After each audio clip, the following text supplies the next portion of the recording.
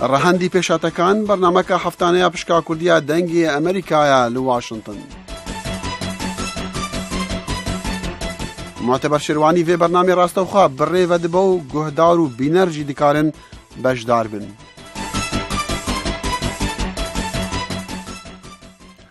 خۆشەویستانم ئەو کاتتان شاد بەرنامەی ئەم هەفتەی ڕەهەندی پێشاتەکان بەندە بەڵێن ساڵح لە بری هاوکارم معتەبەر شێروانی پێشکەشتانی دەکەم. لەگەڵ جیاوازیە بنچینەیەکەشیاندا لە ڕووی ئاینزاییەوە، بەڵام هەندێک لەو بڕوایەدان ئەم دەوڵەتە ئیسلامی ئەمڕۆ واتە داعشی دوێنێ بەرنامەی کاری پێکەوەییان هەیە لەگەڵ کۆماری ئیسلامی ئێراندا. چۆن؟ میلیشیا تونڕەوەکانی سەر بە کۆماری ئیسلامی ئێران کە تیبەکانی ئەهلی حەق بنمونە لە ڕیزی پێشەوەی شەڕی دەوڵەتی ئیسلامین لە عێراق، بەڵام ئایا لە سووریاش تونڕەوانی شیعە هەمان ئەو شەڕە دەکەن؟ هەندێک شیکەرەوە لەو بڕوایەدان شەڕەکانی دەوڵەتی ئیسلامی بۆ دامەزرانی دەوڵەتی خەلافەت و کۆشش و تەقەلاکانی کۆماری ئیسلامیش بۆ جێگیرکردنی کەوانەی شیعە ڕێک و ڕەوان وەک پرۆژەیەکە بۆ هەڵوەشانەوەی ئەو جوگرافیایانەی کە پەیماننامەی سایکس-پیکۆ بەر لە نزیکەی 100 ساڵ نەخشەی کێشا بوو. ئەگەر ئەو نەخشەیە بگۆڕێ، ئەم جارەیان سنوورەکان چۆن دیار دەکرێنەوە؟ نەتەوە دەبێتە بنچینە یا ئاینزاکان دەبنە ڕەنگی جیاکەرەوەی سنوورەکان؟ هەندێکی تر دەڵێن تاران و بەغدای شیعەکان ئەگەر دەستێکی ڕاستە و خۆشیان نەبێت لەم پیلانانەی دەوڵەتی ئیسلامیدا، بەڵام شیانێکی زۆریشەیە چاوپۆشیان کردبێ. زۆرێک دەڵێن ڕوانینەکانی تاران و دەوڵەتی ئیسلامی لەبارەی سایکس-پیکۆوە بە شێوەیەکی ناڕاستەوخۆ ڕێگە خۆشکرد دەبێت بۆ گۆڕانکاری لە نەخشەکانی ناوچەکەدا و دەشڵێن ئەو پشتیوانی ئیسرائیل کردوێتی بۆ پێکێنانی دەوڵەتێکی کوردی هەر لەو ڕوانگەیەوەیە کە پێویستی بە هاوپەیمانی نوێ هەیە لە ناوچەکەدا و کوردیش بە باشترین هاوپەیمانی ئیسرائیلدا دەنرێ ئەگەر هاتوو گۆڕانکاری لە نەخشەکاندا ڕوویاندا. ئازیزانم، بەرنامەی ڕەهەندی پێشاتەکان میوانداری نووسەر و ڕۆژنامەوان جەلیل ئازادی خوا دەکا. کاک جەلیل، زۆر سپاسی ئامادەبوونت دەکەم. زۆر سپاس کاک بەڵێن، سپاس بۆ ئێوە بۆ ڕادیۆی دەنگی کوردی بۆ ئەو هەلی کە ڕەخسانتان ڕامانێکمان لەو بابەتانە هەبێت کە ئاماژەت پێکرد. زۆر سپاست دەکەم. سایکس-پیکۆ دەگۆڕێیان نا؟ ئەگەر ڕووداوەکان بگرین بە بنەما و ئەو گۆڕانکاری لە ناوچەکەدا ڕوودەدا و تێکچوونی تێگەیشتنە سیاسی و فکری و کەلتوریەکانی ناوچەکە بگرین و هەروەها گۆڕانی باڵانسی هێز بە تایبەتی لە عێراقدا بکەین بە یەکێک لە فاکتەرەکانی بۆ ئەوەی کە سایکس-پیکۆی 1916 ئیتر تەمەنی تەواو بۆ، من پێم وایە بڵێ، پێم وایە ئاماژەکان ئەوە دەڵێن سایکس-پیکۆ تەواو بوو، بۆ هۆیەی کە ئێستا لە سەرزەمینێکی پێکەوەلکێنراوی بە زۆر دروستکراوی بەناو عێراق بنەماکان بۆ دروستبوونی دەوڵەت، هاونیشتیمانی بوون، بەرژەوەندی باڵای نیشتیمانی، یەکێتی نەتەوە و خاک نییە. کۆمەڵێک شتی تازە هاتوۆتە پێشەوەکە ئەو وڵاتی دابش کردووە لەسەر بنەمای ئاین و ئاینزاکان. زۆر بە ڕوونی و بە ڕاشکاوی سێ جوغرافیای بەرجەستە و دیاریکراو لەو خاکەدا دەبینرێ کە هەر کامیان بۆ خۆیان ئەجندای تایبەتی خۆی و ئەجندای تایبەتی خۆی تاقیب دەکات. ئەوە شوێعەکانن کە وەزعیەتیان دیارە و دەیبینین، ئەوەش سونیەکانن کە دەیبینین و ئاگادارین، و ئەوەش نەتەوەی کووردە وەک نەتەوە. ئەوەی کە لەوێدا هەیە گوتاری کوردیە کە هەم گوتاری نیشتیمانی و نەتەوەیی و هاوشاری بوونە و دەیەوێت لەسەر بنەمای دیموکراسی کار بکات. دیارە بەبەست لە دیموکراسیی واقعا مەوجودە، نامانەوێت باز لە شتێکی ئیدعال بکەین. ئەوەشی کە لەو بەشانەی تردا هەیە ئەوەیە کە کار لەسەر ئاینزاکان دەکەن و لەسەر بنەمای جیاوازی دینی و لەسەر جیاوازی ئاین خەریکنی. کەواتە لەم ڕوانگەی وەگەر یارمەتیم بێ، یاری پێویست بە دوو سایکس-پیکۆی تر دەکاهی نوێ، یەکێکیان نەخشەکان لەسەر بنچینەی نەتەوە دابنێ، یەکێکیان نەخشەکان لەسەر بنچینەی ئاینزایی. ئەگەر هەر ڕێککەوتنیەک یا پەیماننامەیەکی نوێ بێتە ئاراوە، کامیان زیاتر ڕۆڵ دەبینێ بۆ گۆڕانی ئەو نەخشانە؟ من پێم وانییە سایکس-پیکۆی 1916 لەسەر بنەمای نەتەوە سنوورەکانی داڕشت بێ. پێش هەموو شتێک لەو سەردەمەدا ئەسەن سنوورەکان لەسەر بنەمای نەتەوە داڕژاون، لەسەر بنەمای ئاینزا، لەسەر بنەمای بەرژەوەندی زلهێزەکانی ئەو دەمە بە تایبەتی فەڕەنسا و ئینگلستان و ئەوانی کە لە شەڕ بە پیرۆزی بە سەرکەوتوی هاتنە دەرەوە بکرێتەوە و پاشان لەسەر بەرژەوەندی ئابووری خۆیان و چۆنیەتی دەسڵاتداری و ممارەسەکردنی قدرەتی خۆیان لە داهاتووی ئەو وڵاتانەدا دامەزراوە لەبەرەوە سایکس پیکۆی پێشوو لەسەر بنەمای نەتەوە نەبووە بەڕاستی بۆ خەڵکی ناوچەکە بەڵێ عێراق بنمونەوە وەربگرین لە کاتێکا کە عێراق بەسەر دوو کۆمەڵگای سەرەکیە دابەشیان کرد ئەو کاتە کۆمەڵگای شیعە لە باشوور و لە ناوەڕاستەوە بەرەو باشوور و بەشێکی زۆری کۆمەڵگای سونەش کورد وەکو سونە سەر و سەودای لەگەڵا کراوە بۆ پاراستنی ئەو هاوسەنگیە لە عێراقا دابەشبوونی کورد وەکو نەتەوە ئەمان مەسەلەیەکی ترە بەسەر چوار وڵاتە بەڵام مەسەلەی ئەوەی بەشێکی کورد بەر عێراق بکەوێ پێدوانی ئەوە بۆ هاوسەنگی ئاینزاییەکە بوو بێ من پێم وانی ئاسان بەوە بێ چون پێش دوای ئەوە دەبینین ئێمە لە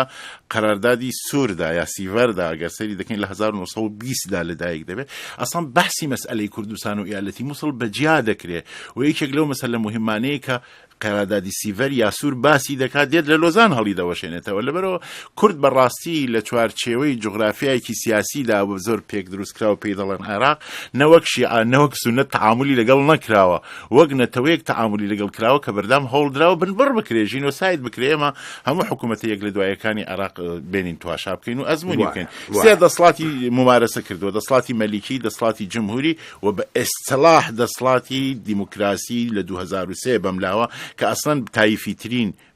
و دواکەوتوترین و بنەماخواستترین بیری مەذهبی لە دەسڵاتی مالیکیەوە بەردەوام درێژەی کێشاوە ئەم سێ مۆدیلە لە حکوومەت هەر سەکامیان کە تەواشا دەکەین نەیتوانی وە تەنزیمی ڕەفتاری خۆی لەسەر ئەساسی هاوڵاتی بوون بەرژەوەندی هاوبەش و لەسەر ئەساسی هاوشاری بوون و هاونیشتیمانی بوون چ لەگەڵ خەڵکانی تری عێراق چ لەگەڵ کورددا بمەزرێنێ بە تایبەتی لەگەڵ کورد ئێمە نمونی هەموو ئەوە دەبینین چۆن دەتوانین ئەو بڕیارە بدەین کە کورد وەک نەتەوە یا وەک سونە بەرخوردی لەگەڵ کراوە ئەوڵەن کورد خۆی پێکهاتەکەی لە ڕووی مەذهبیەوە پێکهاتێکی هەمە ڕەنگە من 100% لەگەڵ ئەوەدام بەڵام ئەو سەرکوتکردنانە لە کاتێکدا دێتە ئاراوە کە کورد هەست بە با بڵێن نەبوونی مافی نەتەوەیی خۆی دەکا کاتێک کە کورد بەرنامەیەکی نەتەوەیی بۆ خۆی دادەڕێژێت کاتێک کە کورد دێتە داواکردن دێتە سەر ئەوەی داوای مافە نەتەوەیەکانی خۆی بکە ئەو کاتە سەرکوتکردن دێتە ئاراوە باوای دابنی بگەڕێنەوە بۆ ساڵی 1922 دامەزرانی دەوڵەتی عێراق ئەگەر هاتبا و کورد داوای مافی نەتەوەیی خۆی نەکردایە ئایا ئەو سەرکوتکردنانە ڕووی دەدا هیچ میکانیزمێکیش نەبوو بۆەوەی تەعاملێکی باشتری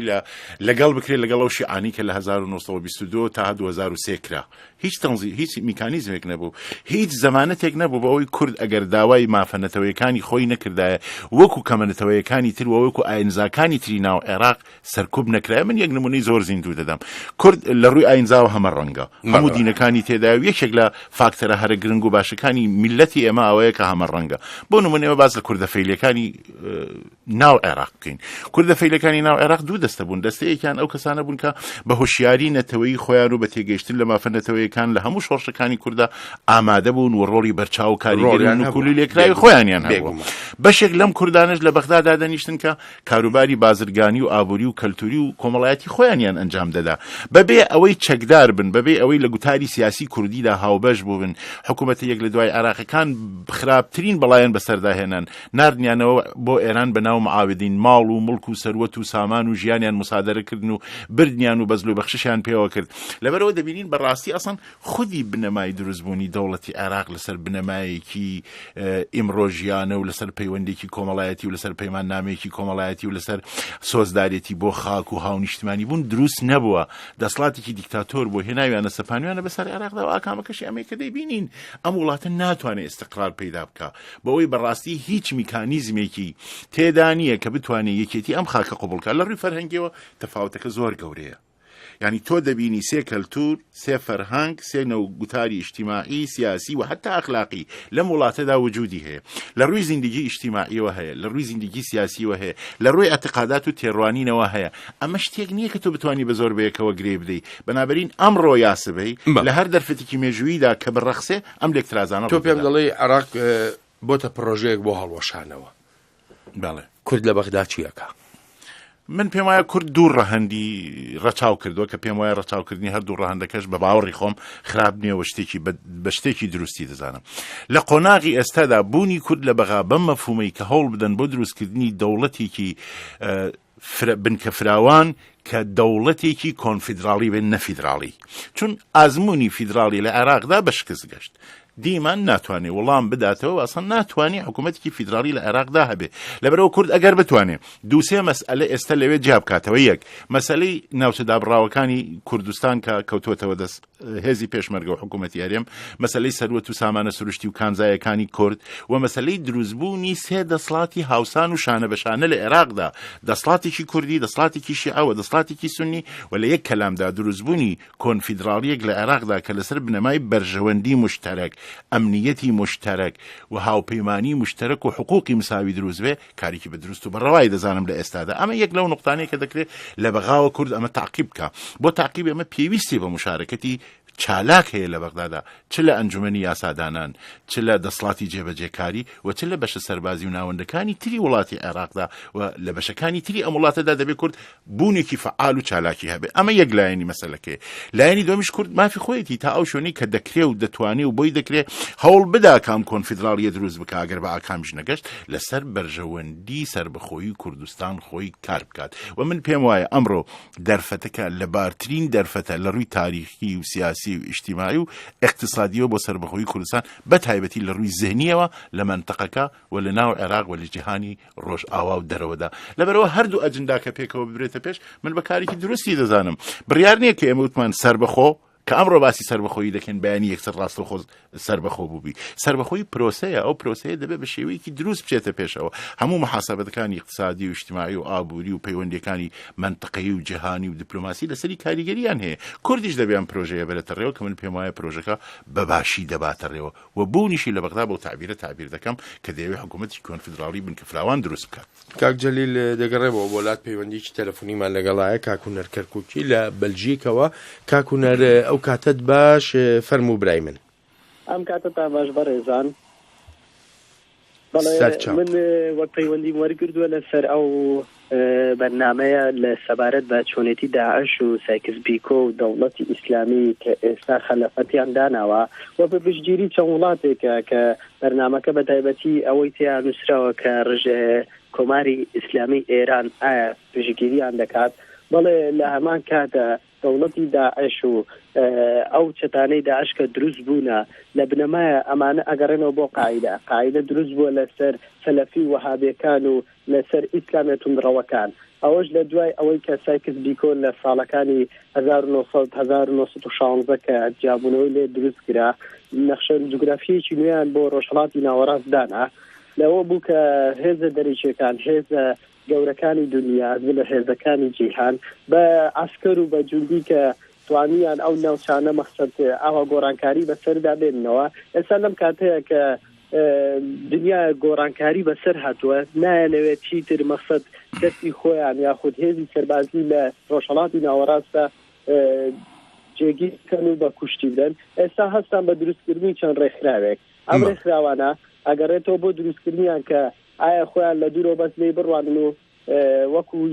یاریان پێ بکەن و چۆنیان بێ بۆ چ وڵاتێک کێشەوبەرەی بۆ دروستکەین، یاخود چاکسازی و مەشغوڵکردنی خۆیان بۆ ئەوەی دەوڵاتە بە تایبەتی وڵات ئیسلامیەکان بۆ ئەوەی کە دیموکراسیەکی وا نەبێت و چالاکیەکی وا نەبێت کە ببێتە مەترسی بۆ سەر ئەوان. ئەمە خاڵێک لە خاڵی ئەگەبینەوە ئێمە باسی داعش بکەین. داعش مەترسیەکە بۆ سەر ئیسلام و بۆ سەر دیموکراسی. داعش کە دروست بووە ئەوە بوو کە باعەتی نەدا بە ئەلقاعیدا کە ئەبوبەکر بەغدادی دروست بووە لە دوای 2007ەوە کە ئەبوبەکر بەغدادی کرا بە پرسراوی ئەو گروپەی قاعیدە لە عێراقا لە عێراقا. دوجار کە بۆی هەڵقۆچرایەوە و لە شۆڕشی سووریا دەستی پێکرد، پلوپای بەرزتر بوو، چەند چالاکیەکی ئەنجامدا و سەرکەوتو بوو. گۆڕانکاری بەخوای هێنا و ئەوە بوو کە باعەتی بە زەهاوی نەدا. ئیتر لەمانەیە هاتنەوە سەر ناوچەکان کە گوایە خلافەتێکی ئیسلامی لە ناوچە سونیەکانی عێراق و یاخود بڵێن سووریا دامەزرێنن. ئەو کارشیان کرد، سەرکەوتوو بن هات موسڵی داگیر کرد. ئەمە لە هەمووی ئەگەڕێتەوە بۆ پیلانێکە لە ئایا لە نابێنی شیعەکان لەگەڵ وڵاتی ئێرانە، ئاخر ئایا لە لایەکی ترەوە وڵاتی ئێران ئەوێ دەسەڵاتی خۆی فراوان کات و هێزی شیعەی خۆی فراوانتر بکە و لەگەڵ عێراق هەندێکی بنکێنێت هەنێ ناوچەی سونی هەیە کە فەرامۆش بکرێ و هێزی شیعە لەو ناوچانەیە بەهێزتر بێت. کاکوونەر زۆر سپاس دەکەم بۆ تێبینی و سەرنجەکانت. دەگەڕێمەوە لای میوانی بەرنامەمان. کاک جەلیل بزانم ئەگەر وەڵامێک یا تێبینیەکێ بێت لەسەر قسەکانە. کاک جەلیل فەرموو. سپاسی هاوبەشیە و بەڕێزە دەکەم. یەک دوو نوکتە من بە پێویست دەزانم ئاماژەی پێ بکەم. یەکێکەوەی کە لە ساڵی 2003 کە ئەمریکایەکان ئامادەبوونی فیزیکی پەیدا دەکەن لە عێراق و لە سەدام دەدەن و دەڕۆخێەوە سوپای ئەمریکا دێتەوە ناوچەیەوە، هاوکاریەکی زۆر نزیک لە نێوان هەموو ئەو هێزانی کە دژبەری ئەمریکان و ئێران دروست دەبێت. ئێرانیەکان بەبێ ئەوەی ڕەش و سپی بکەن، بەبێ ئەوەی شیعە و سونی بکەن، بەبێ ئەوەی جای بکەنەوانێ، هەر هێزێک بیەوێ مقاومەتی دژی ئەمریکایەکان کاونە یاری ئەوان بێت، ئەوان دێن بەبێ حساب و کتاب یارمەتی دەدەن، یارمەتی لۆجستیکی دەدەن، سەربازی دەدەن، مەشقان پێ دەکەن، ڕاهێنانیان پێ دەکەن. لەم چوارچێوەدا هەم خەڵکی سونی و هەم خەڵکی شیعە دەبن بەو کەسانی کە ئێرانیەکان یارمەتیان دەدەن بە داپیری سوپای قودس و جەنەبی قاسم سولەیمانی ئەو مەجموعەی کە هەمیشە خەریکی ئەو جۆرە کارانن، ئەو کارە دەکەن کە ئەو تروریستانە یا ئەو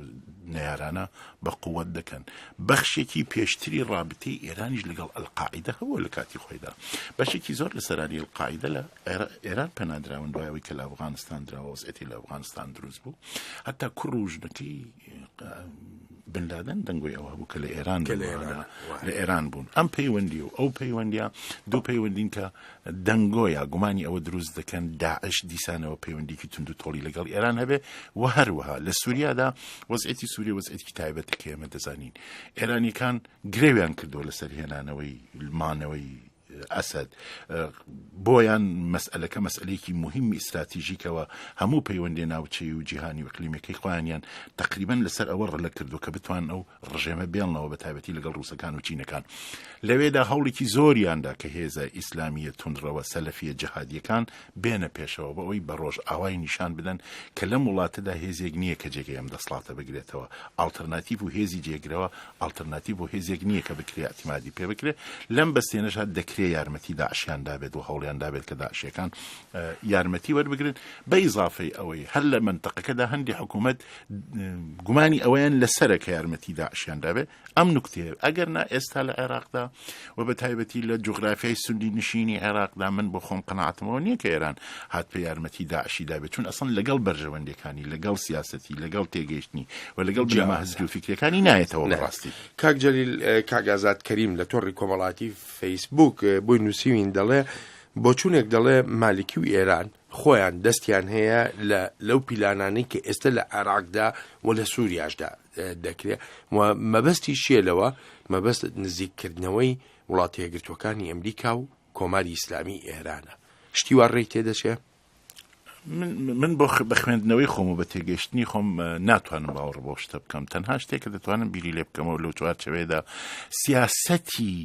ناحەکیمانە و نادەوڵەت مەدارانی مالکی و تاقیبکردنی سیاسەتێکی تایفی و دینی لە عێراقدا هۆکارێکی سەرەکیە بۆ دروستبوونی و ئاڵۆزی و گرژەی کە ئێستا لەوێ هەیە. ئەمە هۆکارێکی زۆر بەرجەستە و زەقە و ناکرێت هیچ ڕەدی بکەیتەوە. بەڵام ئەوەی هات پێ پیلانێکی هاوبەشی پێشتر و بیرکراوەیان هەبوو بێ لەگەڵ ئێرانیەکان بۆ ئەوەی لەوێ قەیرانێکی ئاوا لەو دۆخەدا دروست بکەن و ئەم قەیرانە ببێتە هۆی نزیک بوونەوەی ئێران و ئەمریکا. بە قەناعەتی من شتێکی زۆر مەحاڵە و ئەوە ناکرێ مەگەر بەو قەناعەتە گەشتبوون کە دەوڵەتی کوردی بەڕێوەیە کۆتایی دێ بە پەیوەندەکانی حکوومەتی ناوەندی و دەوڵەتی کوردی، مانەوەی سونیەک لەگەڵ حکوومەتێکی شیعە کە بەردەوام دەتوانێت قەیران و دەردیسەری بۆ دروستکات و کێشەی بنیادی بۆ بخڵقێنێ لە ڕووی ئابووری و سیاسیشەوە ئیمتیازێک نەبێ بۆی کۆڵێکە بە کۆڵی و لە کۆڵی خۆی بکاتەوە. جا ئەگەر ئەم گریمانەیە ژوابێ خۆ ئێستا و دەرفەتەیە باواز بێنن لە ناوچە سونیەکان، باواز بێنن لەسەر بەخۆی کوردستان، با هەوڵ بن پەیوەندەکانی خۆیان و ئێران و ئەمریکا ڕلە بکەن کە من بە دروستی نازانم ڕێگەی زۆرتر هەیە بە ئەوەی ئێرانیەکان و ئەمریکایەکان بتوان پەیوەندیان بەیەکەوە هەبێ.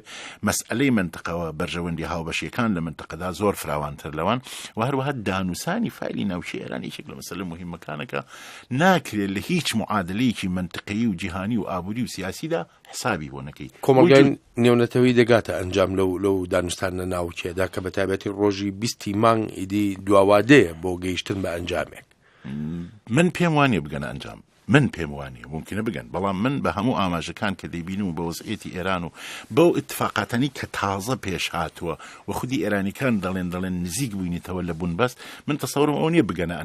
ئەنجامێکە کۆمەلگای نێونەتەوی پێی ڕازی بێت بە تەوافقێکا و کێشەیە کۆتایی پێبێ لەبەرەوەم کێشە لە هەموو شوێنێک وجودی هەیە یعنی لە هەر کوێ ئێرانیەکان هەبن هەر کێشەیەکە بێ ئەمە یەکێک لەو کێشە بنیادانەیە ئەگەر کۆبەندی بکەم من پێم وانە ئەمە پیلانی خودی مالیکی و ئێرانیەکان بوو بێت بۆ نزیککردنەوەی ئەمریکا و ئێران هیچ خوێندنەوەیکی سیاسی ڕێگەبەوە نادا. کاک جەبار عەلی هەر لە تۆڕی کۆمەڵایەتی فەیسبوک دەڵێ ئەگەر تاران لە دۆسەی عێراقدا لە بەرامبەر ئەمریکا گوێڕایەڵ بێت و گرفتی تازە نێنێتە ئاراوە بەڵام هەرگیز واز لە کارتەکانی تری خۆی بەکار نایەنێ بەرامبەر بە عەرەبستانی سعودیە بەرامبەر بە قەتەر و بەرامبەر بە شانشینی ئوردن نمونەش دێنێتەوە ئەڵێ لە چەند ڕۆژی ڕابردوودا شەڕەکانی یەمەن یا لە چەند ببوورە لە چەند هەفتەی ڕابردوودا باز لەوە کاڵێ شەڕەکانی یەمەن لەگەڵ حوسیەکان شیعەکانە گرفتی بۆ سنوورەکانی عەرەبستانی سعودیە دروست کرد ئەمە پەیامێکی ئێرانە بۆ ناوچەکە و بۆ وڵاتەیە گرتوەکانی ئەمریکاش ئەگەر لە عێراقیش گوێڕایەڵ بێ بەڵام مەرج نییە دەستبەرداری کارتەکانی تری بێ. من پێم وایە بە تایبەتی لە باشووری کوردستان با بە ڕاشکاوی ئەوە بڵێم خوێندنەوەیکی هەڵە لە ئێران هەیە بەڕاستی ئێران ئەو هێزە گەورە زەخمە لە بن نەهاتووە سەربازیە ئابووری و کۆمەڵایەتی و دیپلۆماتیکە نییە. ئێران ئێستا لە ڕووی ئابووریەوە لە نێو خۆی داڕماوە وەزعیەتێکی کاملن ئیفلیجی هەیە لە ڕووی اقتصادیەوە لە ڕووی سیاسی و کەوتوتە بنبەستێک و گەمارو درراوە و پەیوەندی دیپلۆماتیکەکانی گەشتوتە ئاستی سفر لە منتەقا بە عنوانی وڵاتێکی تێکدەر و تروریست و ئاژاوانێرەوە دەیناسن لە ئاستی جیهاندا هەروە تەعاملی لەگەڵ دەکەن کێشەی جددی هەیە لە فرۆشتنی نەوتەکەی زەخای سنعەتی نەوتەکەی نوێژەنکردنەوەکەی نیازی بە بودجەی 3 ساڵی ئێرانیەکان هەیە هەروە داتەپیوە ئەم وڵاتە بە مۆزعێتەوە بە قەناعەتی من وڵاتێک نییە بتوانێت خۆی دەرگیری شەڕێکی درێژخایەنی فرماوەی جوغرافیایەکی بەرین بکات لە یەمەن وجودی هەبێ لە لوبنان وجودی هەبێ لە فەلەستین وجودی هەبێ لە عێراق وجودی هەبێ لە پاکستان و ئەفغانستان ئامادە بێت لە غەرب تەقینەوە بکە لە چیچان فلان بکات و فلان بکات ئەو دەورانی ئێران تەواو بۆ بە قەناعەتی من نە قودرەتی اقتصادیەکەی ڕێگای پێدەدا نە تەوازن و یەکێتی سیاسی ناوخۆی سەرکردەکانی ئێران لەو ئاستەدایە بتوانن ئەو پلان و پرۆژەیە بەرنەڕێەوە لەبەرەوە ئەمە ناڵێم ئێران بەدەستی کەم بگرێت بەدەستی کەمگرتن و بەدەستی زۆرگرتنی هەردووشی هەڵەیە وەک واقعی خۆی سەیری بکەین باشترە ئێرانیەکان ئەمریکایەکان مسلەمە بۆیان ئەسان ڕۆژاوایەکان مسلەمە بۆیان ئەمە شتێکە زات و ماهیەتی لە ڕووی سیاسیەوە کاکە لە ڕووی تیۆریەوە زاد و ماهیەتی ئێران زات و ماهیەتێکی حکوومەتێکی فرقەگەرای شیعەویستە ئەگەر لە ئێران لە عێراق دەخاڵەت بکە هیچ گومانێکت نەبێ بە نەفعی شیعەکان دەیکات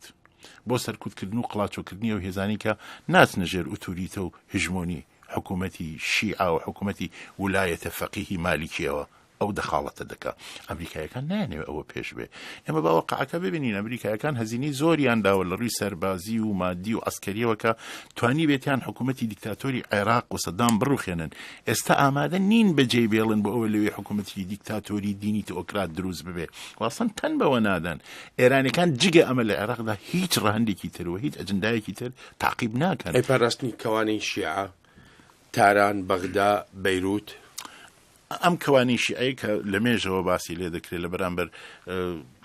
تورکیە و نازەم چی و بەڵحاڵ وڵاتانی سونی و ئەوانە من پێم وایە ئەم کەوانەی تر زانی چۆنە نقطەی سقلەکەی و مەرکەزەکەی ئێران بووە ئەم نقطەی سقلە و مەرکەزە ئێستا لە کاتێکانیە بتوانێت پۆششێکی تەواوی ئەمانە بکە لە ڕووی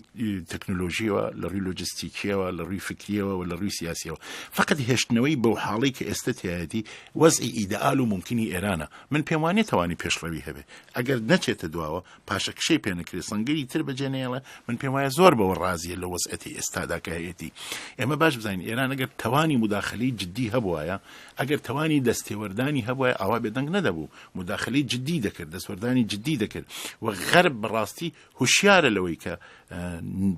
ڕێگا نادات بە ئێرانیەکان کە مداخلەی جدی بکەن بعد غەربیش نییە لە منتەقەکە دەوڵەتی تورکەیە تورکەکان مەسئلە و تەوازنی هێزە سیاسیەکان و مەسئلەی ئینکی و مەسئلەی دینی لە منتەقەکە بۆیان مەترەحە ناکرێت هەر ئاوا دەست لەبانی دەستدا بنیشن و ئێرانیەکان بێن عێراق تەسلیمی دەسڵاتێکی شیعە بکەن یا بانەوێت سوننەی ئەوێ سەرکوب بکەن هەروەها وڵاتانی عەرەبی ئەمە بڵێم مۆڵتی فاکتەرە کۆمەڵێ فاکتەر هەیە آخر دەخاڵەتی تورکیە وڵاتانی عەرەبیە عاملی حکومت دەسڵاتی اقلیمی کوردە مەسئلەی غەربە هەموو ئەمانە لە مقابل ئێراندا کە سەیر دەکەین ئێران ئەو هێزەنی بتوانێت هژمۆنی خۆی فەرزکا بەسەر هەموو ئەمانە بەڵام کاک ڕزگار نادری ئاماژە بەوە دەکانیەوە هەر وەکو بڵین لەسەر قسەکانی جەنابەت زۆر جواراتەوە لێرا دەڵێ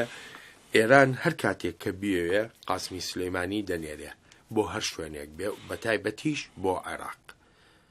ئێران لە عێراقدا کۆمەڵە بەرژەوەندی زۆر گەورەیە و کاک ڕزگار نادری دەڵێ و تاران لە هەر کوێ مەترسی لەسەر بەرژەوەندیەکان هەبێ قاسمی سلەیمانی لەوێیە قاسمی سلەیمانی گۆرزی دەستی جمهوری ئیسلامی بۆ هەموو ئەوە دەزانین و ئەوەش دەزانین کە ئێران لە عێراقدا بەرژەوەندیکی زۆر گەورەی هەیە بە ئیسلاحێکی فارسی و خۆیان دەڵێن ئێران عێراق حیات خەڵوەتێتی عێراق بووە بە حوشەی پشتەوە بۆ ئێران بۆ بڕیاردان و هەموو مەسئلە سیاسیەکانی لە واقعدا دەسڵاتی سیاسی لە حکوومەتی مالیکیدا دەسڵاتی سیاسی ئێرانیەکان دەیبن بڕێەوە ئێمە باش دەزانین ئەوە شتێک نییە ناپەنهان بێ ئەمە هیچ تەناقوسێکی لەگەڵ ئەوە نییە کە من دەڵێم ئیتر ئێران ئێستا ناتوانێت زیاتر لەو حەدی کە هاتوتە پێشەوە لە عێراق یا لە منتەقەکە بێتە پێشەوە تەوانی هاتنە پێشەوەی لەوە زۆرتری نییە هەم وەزعیەت هەم تەغیری هێزەکان لە منتەقە و گۆڕانی ئەو باڵانسە سەربازی و اقتصادی کە لە منتەقەکە بووە هەم حزوری تورکیا هەم وڵاتانی عەرەبی نیشان لەوە دەدەن کە ئێران ناتوانێت نمونێکی زۆر زیندوو لە دەستای بن داعش غەربیەکان دەڵێن ڕۆژئاوایەکان دەڵێن هێزێکی تروریست و سەرکوتگەر و بنەماخواز و جەهادی و سەلەفی و فلان و فلانە ئەوەی ناونەتۆری دنیا بێ پێوە دەڵێن و ڕاستیش و ڕەواشە و خەتەرێکە بۆ سەر ئازادی دیموکراسی و ئەمنیەت لە منتەقەکەدا ئەوە نزیک بە 2 مانگ و خوردەیە کە مووسڵی داگیر کردو تکریتی گرتوتە دەستی هێشتا زەربێکی گورچ و بڕی لێ نەدراوە بڕیار نەدراوە چۆن تەعاملی لەگەڵا بکەن معناوی لە پشتەوە مەسئلە هەیە معناوی غەرب شتی هەیە ئەگەر ئێرانیکان بیان توانیایە بەو سپەرە تەبلیغاتیەوەی کە غەرب بۆ داعشی دەکاوە بە ئینوانی هێزێکی دواکەوتووی کۆنە پەرستی دژی ئازادی و دیموکراسی و ئەمنیەت لە ناو چادەی ناسێنێ بیدایە لە داعش قەڵان لێ دەدا بۆ نایڵن ئێرانیەکان لێ بن بۆی دەزانن باڵانس تەواو تێک دەچێت بۆی دەزانن هێرانیەکان تەعاملی کە لەوێ دەیکەن بە سوودی خودیشی ئاکەکەن و بریان لە مەنگرتووە لەبەرەوە عێراق چارەسەری تری دەوێت و منتەقەش چارەسەری تری دەوێت ئەوی چارەسەری سیاسیە عاملی سونی غایبە لە دەسەڵاتداری سیاسیدا لە منتەقەکەدا دەبێت ئەم عاملە بێتە مەیدان دەبێت مەودای پێ بدرێت مەبەستە چێ لە عاملی سیاسی یاریینی سونەکاندا سونەکان لە زۆرێک لە وڵاتانی عەرەبیە خاوەن دەسەڵات لە عێراق بەستن ببوورە من لەوە هین نەبووم چکە تۆ گوتت لە ناوچەکە لە عێراق جەنابە پێشتر ئاماژەوە بەوە کرد دەڵێ ئێران سنوورەکەی خۆی هەیە ئیتر ناتوانێت لەمە زیاتر بڕوە بەڵام بەڕای تۆ ناتوانێت گێرە شێوێنی و ئاژاوە و ناجێگیری و ناسەقامگیری سیاسی و ئاسایشی زیاتر لە ناوچەکە دروست بکە ئەگەر بە شەفاف بیڵم زۆری هەوڵدا هەر لە سەرەتای دروستبوونی حکوومەتی ئیقلیمی کوردستان و لە سەرەتای دروستبوونی حکوومەتی تازەی بە ئیسلاح عێراق و هەروەها لە سەرەتای دروستبوونی ئەم دۆخە تازەی کە ئێستا خڵقاوە لە ناوچەکەدا ئێرانیەکان زۆریان هەوڵدا دووبەرێکی گێرە شێوێنی لە مقابلی قەراردانی هێزەکانی منتەقەکە و هەتا هێزە کوردیەکان دروست بکەن بەڵام بە باوەڕی من ئەو دەورانە سپەری بۆ ینی ئەو دەورانە تەواو بۆ شەرایطی سیاسی اقتصادی و اجتیماعی و هەروەها هوشیاری فکری و فەرهەنگی و لە ڕووی زهنیوە خەڵکەکەی منتەقەی ئێمەی تر ئامادە نین ئەو وەزعیەتە قبول بکەن و ئەو وەزعیەتە ڕەچاو بکەن زۆر شت هەیە دەبێت لەسەری بۆستی کاک بڵێن مەسەڵەن سەیرکە لە مووسڵات دەڵێن 60,000 هێزی سەربازی هەبووە بە پۆلیس و سپا و هەموو هێزەکان هەمووی هەبوو ئەم 60,000 ئەگەر بەفریش وایە بە هەفتەیەک دەتوایەوە بەڕاستی 60,000 تۆ بیکە بە بەفر بە هەفتەیەک دەتوێتوانێ بە 4-5 ڕۆژ توایەوە هۆکارەکەی چییە؟ هۆکارەکەی تەنها ئەوە نییە لە عێراقدا حکوومەتێکی تائیفی شیعەگەرای دیکتاتۆر وجودی هەیە هۆکارەکەی وەی خەڵکیش لە کوشتن لە شەڕ لە تاڵان لە ئاوارەیی بێتاقەت بوون ئەوە ئیتر ئیدامە نادرێ بەو میتۆدا بەو شێوەیە خەڵک نایەوێتتر بەردەوام گۆشتی دەمی تۆپ و قوربانی ئەو شەڕانە بێت کە هیچ بەرژەوەندێکی بۆ خەڵکی لە ڕووی ئاسایش و ئەمنیەت و ئازادی و خۆشگوزەرانیەوە نییە لەبەرەوە ئێرانیەکان بەردەوام ئەو هەوڵە دەدەن بەڵام هەم زەهنیەتی خەڵک هەم ئاستی تێگەیشتنان هەم وەزعیەتی سیاسی منتەقەکە هەم مەسئلەی اقتصادی لە منتەقەکە وەگەشەی ئابووریە کە ڕوویداوە بە تایبەتی لە هەرێمی کوردستان مەحاڵە مەودای ئەویان پێبدا کە کێشەی جددی و بنیادی دروست بکەن لێرە و لەوێ ممکنە هەندێک خڕوقات دروست بکەن هەندێک هەڵوێستی کاتی دروست بکەن هەندێک مەسئلە و بربەستی موقت بخولقێنن بەڵام بە شێوەیەکی بنیادی و کاتی من لەو قەنەعەدانی بتوانن تر لەوە زیاتر پێشڕەوی بکەن. کاروان سابیر پرسیارێک دەکات دەڵێ لە ماوەی ڕابردوودا هەندێک جموجۆڵ لەلایەن پارتی کرێکارانی کوردستانەوە ڕووی داوە و مراد قەرەیلان ئەندامی کۆنسەی سەرۆکایەتی هەڕەشەی سەر لە نوێ هەڵگیرسانەوەی شەڕ دەکات دژی ئانکەرە. ئایا بەڕای جەنابێت ئەمە وەکو کارتی فشاری ئێران لێک دەدرێتەوە یان نا؟ لە مێژە باسی ئەوە دەکرێت کە هەواڵانی پێکەکە چەند باڵن و باڵێکیان سەر بە ئێران و بە تایبەتی دوای ئەوەی کە لە کۆنسی سەرۆکایی خۆیاندا هەندێک گۆڕانکاریان کرد و جەمیل بایەک هاتە ئەو پۆستەوە باسی ئەوە هەبووە کە ئەمان لە خەتێکدان کە هەمان خەتی مانگی شیعە بوو کە جەنابەت ئیشارەت پێکرد لەگەڵ ئێرانیەکان پەیوەندێکی تونند و تۆڵیان هەیە و ئەوان دەتوانن بە پێ ئەنجداکەی خۆیان پێکاکا بجوڵێن بەڵام ئەوەی ڕاستی بێ لە ڕووی عەمەلی و لە ڕووی کردداری سیاسی و اجتیماعی و بەرجەستی و ئێمە شتیوامان نەدیوە هەر هێزێکی منتەقەی بۆ باڵانسکردنی پەیوەندیەکانی خۆی و بە ئەوەی کە بتوانێت کارەکانی خۆی بە دروستی ڕێلە بکە نیازی بەوە هەیە کۆمەڵێک پەیوەندی هەبێ وەم پەیوەندیانە بە شێوەیەک ڕێلە بکاکە بە دەبستانێکی تێدا بێت دەبێ بدا وەربگرێ هیچ هێزێک لە دنیادا نیە دەستی بۆ تۆ کراوە بێت بەبێ ئەوەی لە مقابل تا هیچت لێ وەربگرێ قەتان ئەگەر پەیوەندێک لە نێوان پێکاکا وێرانەکانی شابێت کە هەیە لەسەرم ئەساسەیە بەڵام من باوەڕم وایە ناکشێتە بەژنی مەسئلەی استراتیژیەکانی کورد و مەسئلەی کورد و مەسئلە مهمەکان و چارە نووسازەکانەوە لەبەرەوە ممکنە هەندێک خڕوقات هەبێ ئەمە پەکەکە بەڵام من پێم وایە نا مراد قەرەیلان بە پێچەوانەوە هەڵوێستەکانی هەمیشە باشتر بوون ئارامتر بوون بەم لادا کەوتووە کە زۆرتر ڕووی لە بەرژەوەندی نیشتیمانی و نەتەوەی کورد بووە و ئەو یەکێک لەو کەسانە بوو کە هەوڵی ئەوەی داوە جۆرێک یەکێتی گوتار جۆرێک یەکێتی کردار جۆرێک یەکێتی تێگەیشتن لە پێناو بەدەستێنانی بەرژەوەندی نەتەوەی و نیشتیمانی لە کوردستاندا دروست بێ کەسانێکی تر لە پێکاکە لە جەهەتی خلافی ئەودا حرەکەتیان کردووە من پێم وانێ پێکاکا یا هیچ هێزێکی تری کوردی ئێستا لە منتەقەکە ڕیسکی ئاوەها خەتەرناک بکات کە بیەوێت کێشە لە چوارچێوەی مەسئلە استراتیژیک و چارە نووسازەکانی خەڵکی کورد دروست بکات چون هیچ عاقبەتی جگە ڕوخان و هەرسێنان نییە. کاک جەلیل لەم سەروەختی زەمینە خۆشکردن بۆ ئاڵوگۆڕەکانە کورد وەکو نەتەوە چی لەسرە بیکە چی لەسرە بیکە ئەوەی کە نەیکردووە تا ئێستا؟ زۆر بەڕاشکایی بڵێ من دوو جملە بڵێم لە گڵ دەڵێ باڵاترین ئاستی هوشیاری نەتەوە دروستکردنی دەوڵەتی نەتەوەیە دەڵێ ئەو میلەتانەی کە نەتەوانی دەوڵەتیان نیە لە مێژوودا وەکو ڕێبوارێک تێن و ڕێدەبەرن و هیچی تریان لێ نامێنێتەوە مێژووی گەلی کورد دابەشبوونەکانی بزوتنەوەکانی و هەموو ئەو هەڵسان و کەوتنەی کە لە مێژووی خۆی دادیوە هەمووی لە پێناو یەکشتا بووە لە پێناو گەشتن بە باڵاترین ئاستی هوشیاری نەتەوەی لە پێناو بەوەی لە مێژوودا بەڕێبواری نێت و بەڕێبواری نەڕوات وەک فاکتەرێکی گرنگ لە مێژوودا بمێنێتەوە و بژی بە ئەوەی بە ئاستی هوشیاری خۆی بگاوە لە مێژوودا بمێنێتەوە تەنها یەکشت هەیە دروستبوونی دەوڵەتی نەتەوە لەبەرەوە کورد لە هەموو پارچەکانی کوردستان و لە سەراسەری کوردستان و لە سەراسەری دنیادا کاریان ئەوەیە کە لە پێناو ڕەخساندنی زەمینە لە ڕووی سیاسی دیپلۆماسی سەربازی ئابووری کۆمەڵایەتی ڕەوانی بۆ دەستەبەربوونی دەوڵەتی نەتەوەی کورد حتمما دروست بکەن ئەو دەنگۆیی کە دەڵێت دەوڵەتی نەتەوە دەورانی بەسەر چوو نازانم هیچ گوڵێک لەسەری گەل ناداوە ئەوە نەوعێک تێگەیشتنی غەڵەتە لە ئەو میلەتانی کە هێشتا تەجروبەی دەوڵەتی نەتەوەی خۆیانیان نەبوو نیانە ڕاستە دەوڵەتی نەتەوە زامنی بەختەوەری نییە بەڵام زامنی سربەستی سیاسیە بەڵام زامنی ئیستقلالی خاکەکەتە بەڵام زامنی یەکێتی نەتەوەییتە دەکرێتەوە پاشان ئازادی و دیموکراسی و ڕەهەندەکانی تری ژیانی کۆمەڵای خۆت بەرینتر و بەرفراوانتر بکەیت لەبەرەوە کورد وەزیفەی ئەوەیە ڕەخساندنی زەمینە لە هەموو بوارەکانە پشتیوانی بێپرس و ئەملا ئەولا لە دروستبوونی دەوڵەتی نەتەوە ئەو ڕەخسانی زەمینەیە بۆ دروستبوونی دەوڵەتێکی نەتەوەیی چۆن دێتە ئاراوە لە کاتێکە ناتوانانی متمانە بەوە بکەیت کە دوو لایەنی کوردی بۆ ماوەیەکی درێژخایەن ببنە هاوپەیمانی یەکتر دوو لایەنی کوردی تەبابن کاک جەلیل سەیری ئەو هەموو ناکۆچیە زۆرەکە ئەڵبەت ئەمە هەرمە بەستم لە باشوور نییە لە هەموو پارچەکان کورد بەگشتی وەکو نەتەوە یەک دەقە ماوەی بەرنامەکەمان ماوە فەرموو من ئەمەوێ بڵێم ڕاستە ئێمە کێشەمان زۆرە، هیچ ناشارینەوە بەشارینەوە چارەسەری کێشەکانمان نەکەین، بەڵام ئەزمموی کارکردنی هاو بەشیشمان پێکەوە زۆرە.